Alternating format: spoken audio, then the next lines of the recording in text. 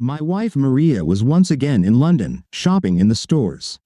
With each passing year, she spends more and more time away from home. We are no longer together as a couple, but I cannot bring myself to divorce her, and she has no desire to file for one. Over the past 5 years, my software development company has soared. For 10 years, I struggled to keep my head above water, and then hardware technologies caught up with my software package, and things started to fall into place. 3 major companies showed interest, and I was just waiting for the right one to seize. The actual value now amounted to significantly more than 10 million, mostly in inventory, which I had. About 8 years ago, Maria worked at a law firm in Reading. The salary at that time was a significant support. Her working day was long, and in the end, she made several late-night trips for the firm, although I thought she was just a legal assistant. I was preoccupied with new software, so I didn't pay much attention to her absences. Until then, everything between us was fine. Our sex life was great, and we seemed to spend a lot of time together, engaging in activities and enjoying each other's company, even despite my messy habits at work.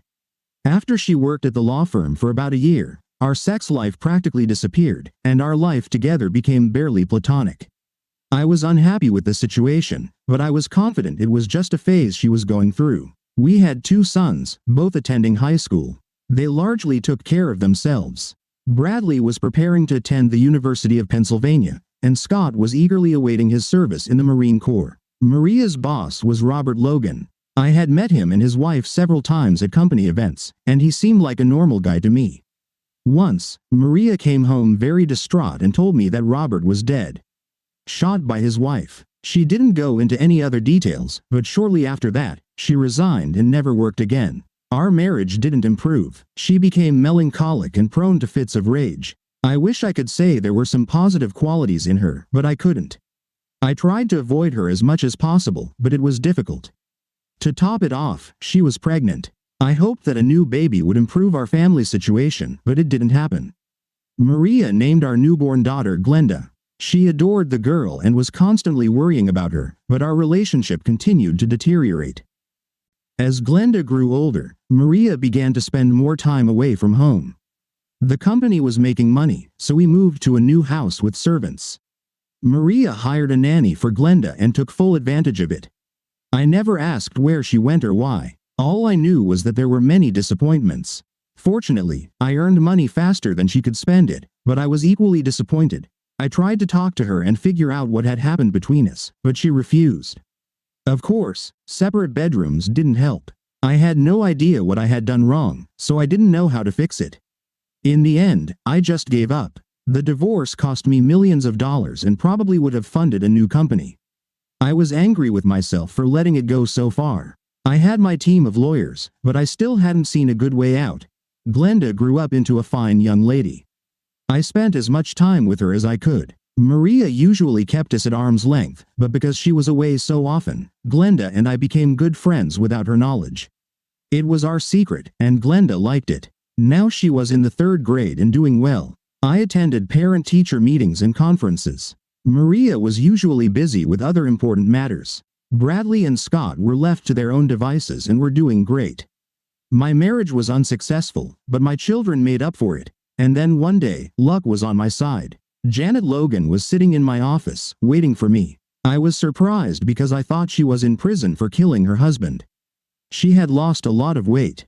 Her hair, which was shoulder length, formed a smooth cascade of reddish-brown, somewhat dark strands. She wore very little makeup, and her skin seemed to have a delicate smoothness but was not soft. Her eyebrows were natural and perfectly complemented her face. She appeared both tough and feminine at the same time. Janet, this is, to put it mildly, a surprise. You look good. Thank you, Grayson. I wasn't sure you'd remember me. It's been 8 years, and I was convinced no one would remember me. Would you like some coffee? Black would be great. Janet, I'm in a very awkward position here. I'm aware of your situation, and I don't want to discuss anything that might upset you. If I say or do anything inappropriate, please don't hesitate to correct me. I spent the last 8 years in prison, Grayson. I'm pretty calm about all of this. Don't worry about my feelings. By the way, how's Mrs. Stevens doing? This isn't what I want to talk about. Let's just say things could have been better. I'm sorry, but that's the reason I came to you. I need to talk to you about Maria. I'm not vindictive, but there are some things that, as I feel, need resolution. I placed a cup of coffee in front of her but sat down at the table next to mine, not behind it. I wanted to hear what she had to say, and I wanted her to feel comfortable while she did it. I pressed the intercom button and instructed my secretary not to interrupt us. Grayson, have you been following the process at all? No. Maria mentioned what happened, but I didn't have much interest myself. I was busy with business endeavors, and she wasn't very talkative at the time. I think she was upset about his death. I think more than you could imagine. It seems you have no idea what was going on, so much of this will be shocking for you. You said you didn't want to upset me. Well, I feel the same. I intend to explain things to you that are unpleasant to hear. If it becomes too difficult, just tell me and I'll stop. Maybe we should have a little scotch instead of coffee? We both chuckled slightly. On the day I shot Robert, he was planning to leave me and run away with Marcy. Robert stayed home just long enough to give me divorce papers. Your wife was waiting in the car.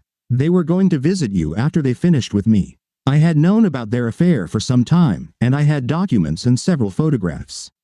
The fact that he asked for a divorce didn't bother me because I was planning the same thing.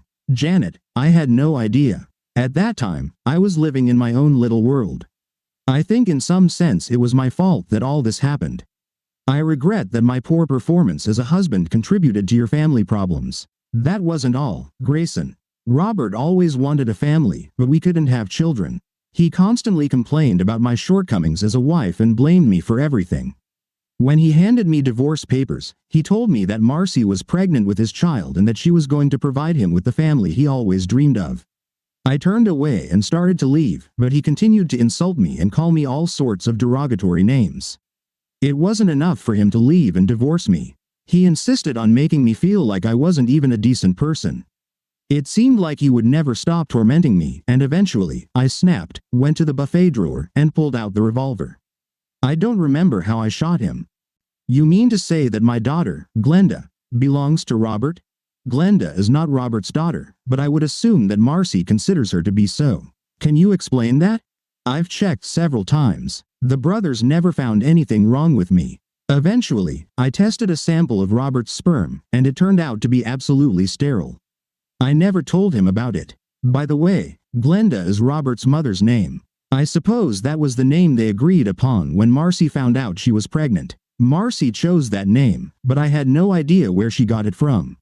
I think you're right, and she believes Glenda is Robert's child. Knowing that explains a lot. Would you like some more coffee?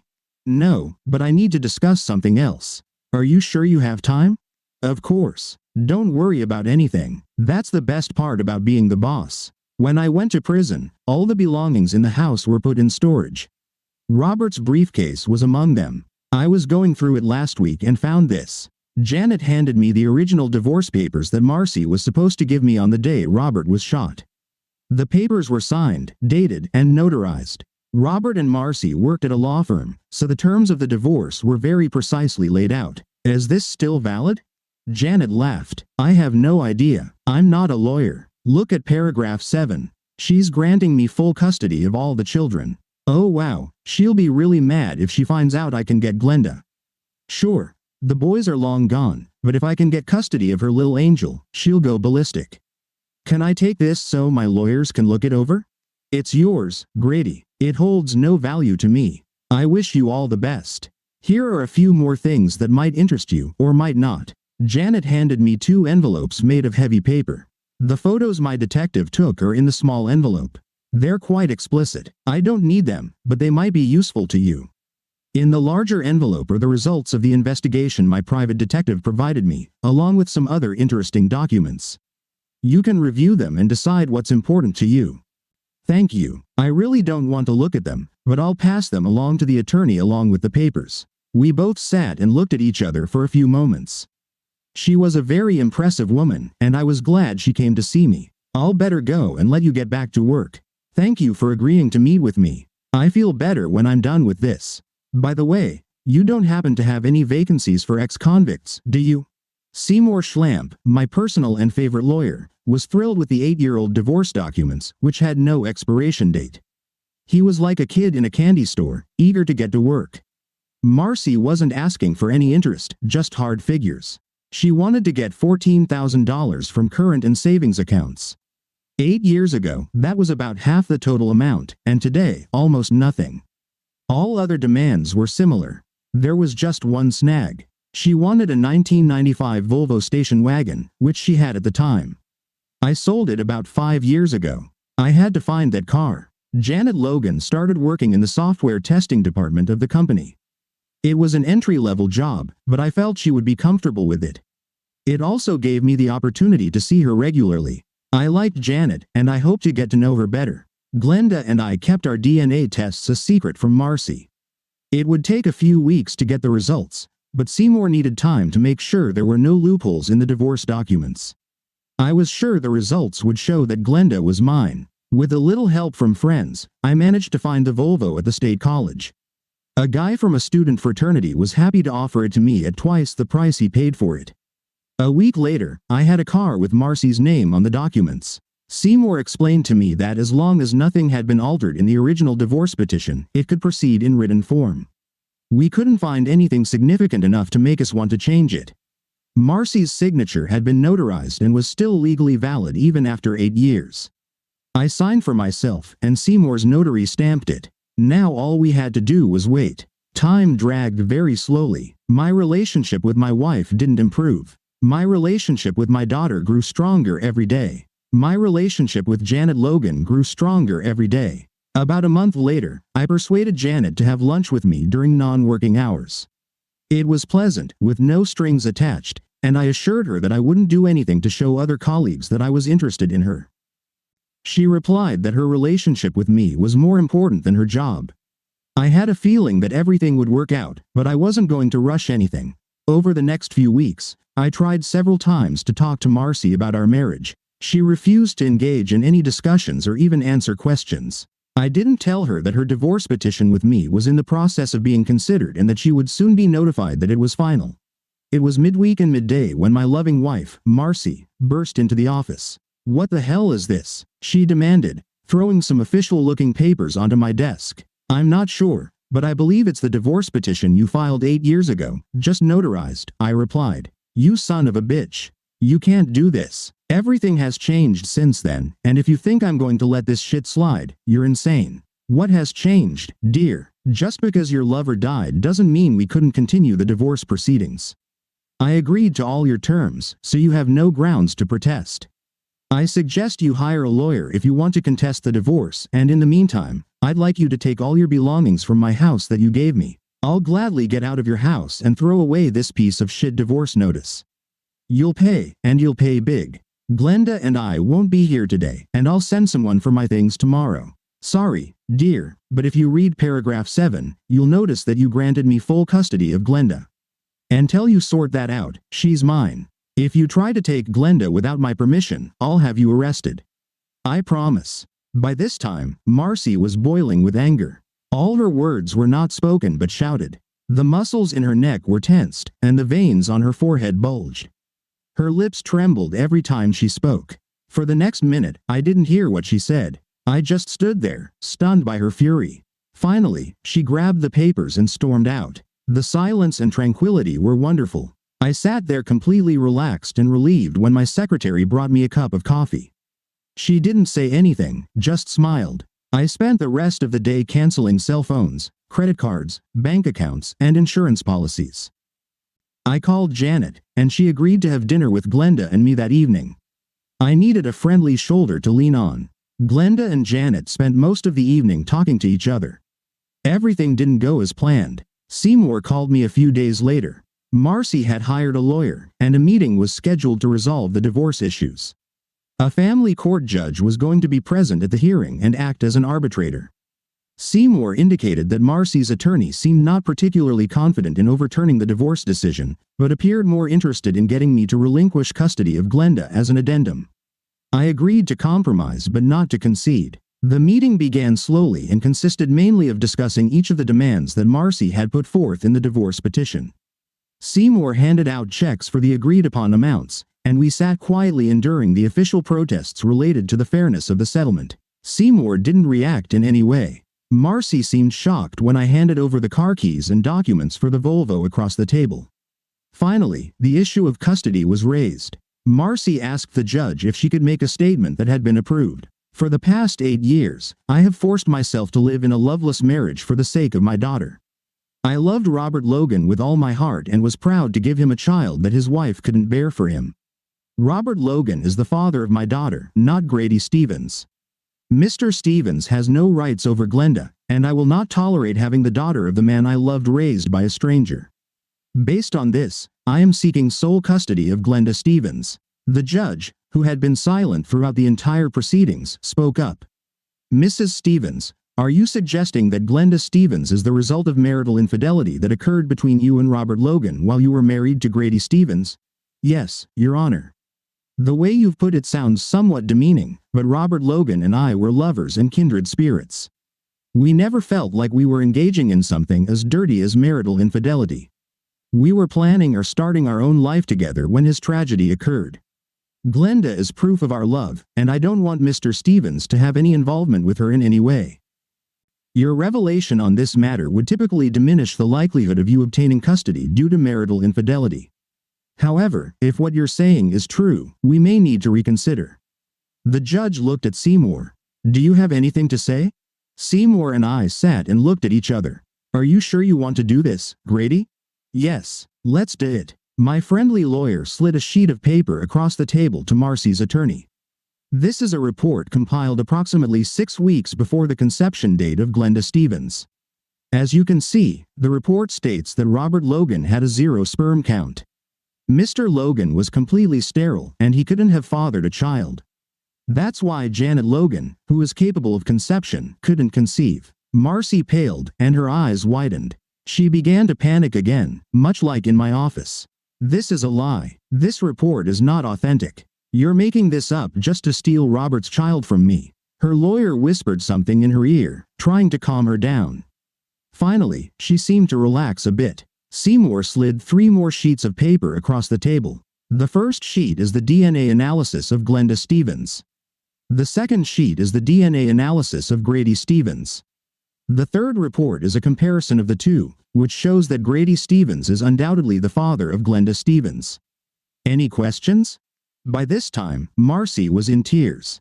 She wasn't angry anymore. Now she was just crushed. She sobbed uncontrollably as her lawyer requested a brief recess. After the break, my ex-wife's lawyer acknowledged the custody but asked for some visitation agreement. I agreed to allow Marcy to see Glenda every weekend and 2 holidays of her choice per year. Marcy decided she would like to see Glenda on Christmas and her birthday.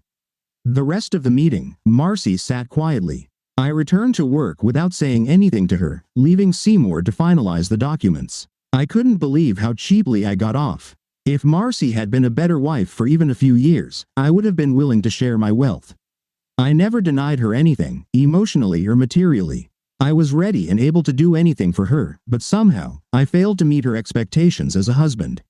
I never understood what Robert Logan had that I didn't, or what he did for her that I couldn't. The photos Janet left didn't show him as anything special in a physical sense. I handed over copies of the photos and the results of Marcy's investigation. Inside the investigation were 2 reports of Robert meeting other women at motels at the same time he was seeing Marcy. I hoped she enjoyed reading that. All my attempts to get explanations from Marcy were rejected. The divorce left me feeling like a failure. I found some solace in Glenda and Janet. Marcy moved in with Robert's mother, Glenda. Apparently, they had become friends over the past few years. Unfortunately, nothing good came of it for Marcy. To support herself, my ex-wife didn't rush to sell the jewelry and designer clothes she had accumulated on my dime. It took her some time to realize that her lover's mother was doing the same thing. 6 months later, Marcy moved out and went to live with her sister in Norristown. At first, Marcy would take Glenda every weekend. Then she started calling and making excuses, saying she couldn't come for various reasons. The calls became more frequent, and the excuses became increasingly ridiculous. Eventually, she just stopped coming altogether. Glenda didn't object when her mother canceled their meetings because Janet and I tried to fill her attention. We spent more time together and began to feel like a family. Janet moved into our home, and we got married just before Christmas. Marcy went on holiday and embarked on a solo cruise in the Caribbean Sea and couldn't pick up Glenda as planned. Everyone was relieved. 2 weeks later, I filed a motion to rescind the additional custody agreement, and it was approved. My company was finally bought, and now we were financially secure. Janet is very happy because she is pregnant for the first time in her life. We will receive Social Security until the child finishes high school, but it's worth it. Life is finally good.